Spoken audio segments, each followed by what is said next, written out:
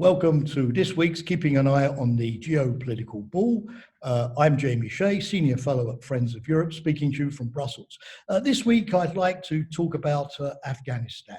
Whenever President Trump hears the word Afghanistan, he gives the impression of wanting to get American troops out of the country as quickly as possible. Indeed, in a speech that he gave to the US Military Academy at West Point a couple of days ago, he said that, I quote, "It's not the duty of US troops to solve ancient conflicts in faraway lands that many people have never heard of." I think he took these words almost directly from Neville Chamberlain speaking about the fate of Czechoslovakia in 1938. And indeed, the United States, in the wake of the deal that it cut with the Taliban in Doha last May, has already reduced its forces in Afghanistan from 13,000 down to 8,500. And it's hoping that upcoming power sharing talks between the Taliban and President Ashraf Ghani and his government will quickly produce a settlement that will allow it to pull out completely. But if the reasons that forced the United States to engage in Afghanistan in the first place 20 years ago after 9/11, which is that it can't allow Afghanistan to be a failed state to be used by terrorists, if those reasons come back in the future, then the United States should look more carefully about how it can preserve stability in Afghanistan. And in this respect, there are three key questions that need to be answered. Number one is, will the Taliban break with Al-Qaeda? Mike Pompeo, the US Secretary of State, on Fox News this week, sounded quite optimistic that indeed this is happening. But the Pentagon also a few days ago put out a report that says something completely different, which is that the Taliban have maintained links with Al-Qaeda. And the United Nations reported last May that there are still 400 to 600 Al-Qaeda operatives active in 12 out of the 34 provinces of Afghanistan.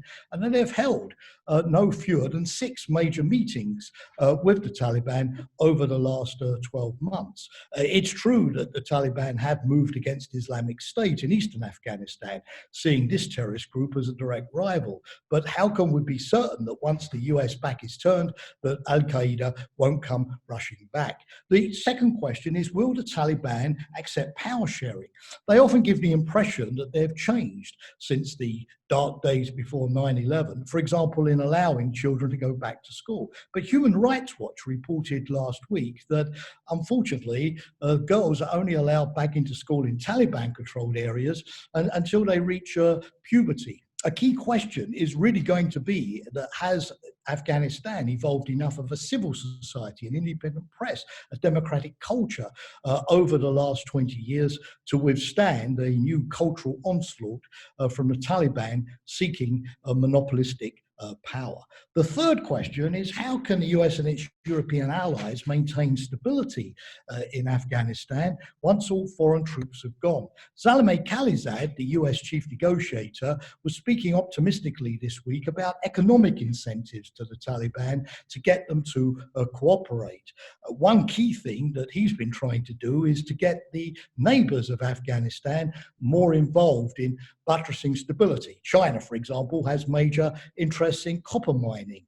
Russia might not want the United States to dominate Afghanistan, but it certainly doesn't want Afghanistan to be a safe haven for terrorist groups that could attack its interests, for example, in Central Asia. And Pakistan, which has been somewhat of a troublemaker in Afghanistan, may see an interest in the future in a stable Afghanistan, if only to keep India out. But certainly this is an issue that the United States need to think harder about.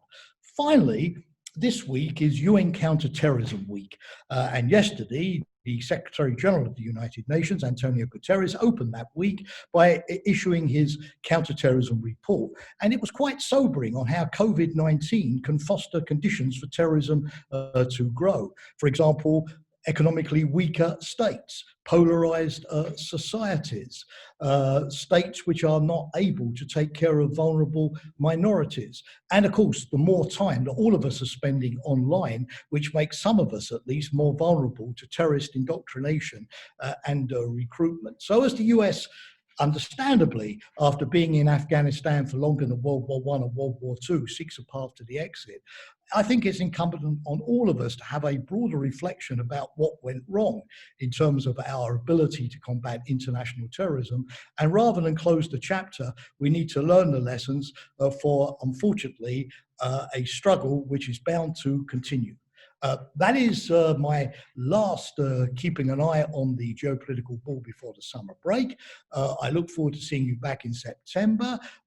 There will be lots of geopolitical events because they will not be taking a break, unlike me. In the meantime, if you really missed this series, then go to the Friends of Europe website and please access all of the many that it's been my pleasure to record for you since I began this some months ago. But in the meantime, a pleasant summer break, stay safe, and see you back in September.